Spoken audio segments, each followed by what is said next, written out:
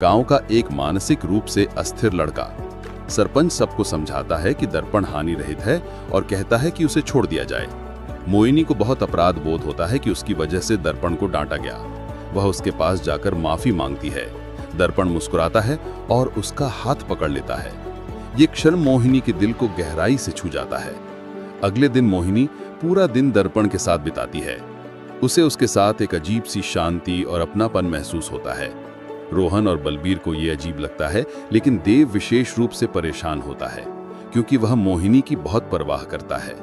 उस रात दर्पण की मां चांदली मोहिनी के लिए खीर लेकर आती है। वह कहती है कि ये प्रसाद है और इससे मोहिनी को शांति मिलेगी। मोहिनी, जो लैक्टोज इंटॉलरेंट है, बिना सोचे खीर खा लेती है और उसे बहुत स्वादिष्ट लगता है। अगली सुबह मोहिनी गायब होती है। देव, रोहन और बलबीर उसे ढूंढते हुए दर्पण के घर पहुंचते हैं। वहां वे देखते हैं कि मोहिनी दर्पण के सिर पर हाथ फेर रही है और किसी सम्मोहन जैसी अवस्था में है। देव गुस्से में कहता है कि अब वे गांव छोड़ देंगे, लेकिन मोहिनी इनकार कर देती है। वह कहती है कि उसे दर्पण के साथ सुकून मिलता है और वह यहीं रहना चाहती है। जब रोहन उसे रोकने की कोशिश करता है तो दर्पण उसे जोर से धक्का दे देता है। मोहिनी कहती है कि उसके दोस्त उसकी भावनाएं नहीं समझ पाएंगे। सरपंच और उसका परिवार ये देखकर समझ जाते हैं कि कुछ गंभीर गड़बड़ है।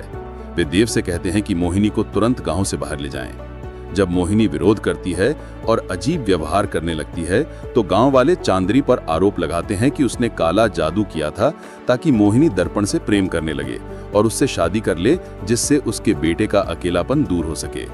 गांव वाले मोहिनी को एक प्राचीन मंदिर में ले जाते हैं, जहां एक पुजारी मंत्रों और पूजा के जरिए उस जादू को तोड़ता है। मोहिनी 2 दिन तक तेज बुखार में रहती है, लेकिन फिर धीरे धीरे ठीक हो जाती है। चारों दोस्त सरपंच और गांव वालों का धन्यवाद करते हैं और गांव से विदा लेते हैं। चांदरी को गांव से निकाल दिया जाता है। वापस लौटने के बाद चारों दोस्त इस अनुभव से गहराई से प्रभावित होते हैं। मोहिनी को खुद ये सब धुंधली यादें ही रहती हैं और वह इन घटनाओं को एक विचित्र किस्से की तरह लेती है।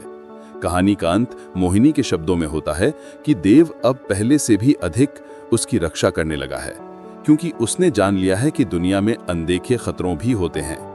अगर वीडियो पसंद आए तो चैनल को लाइक, शेयर और सब्सक्राइब जरूर करें। आपका सपोर्ट हमारे लिए बहुत कीमती है।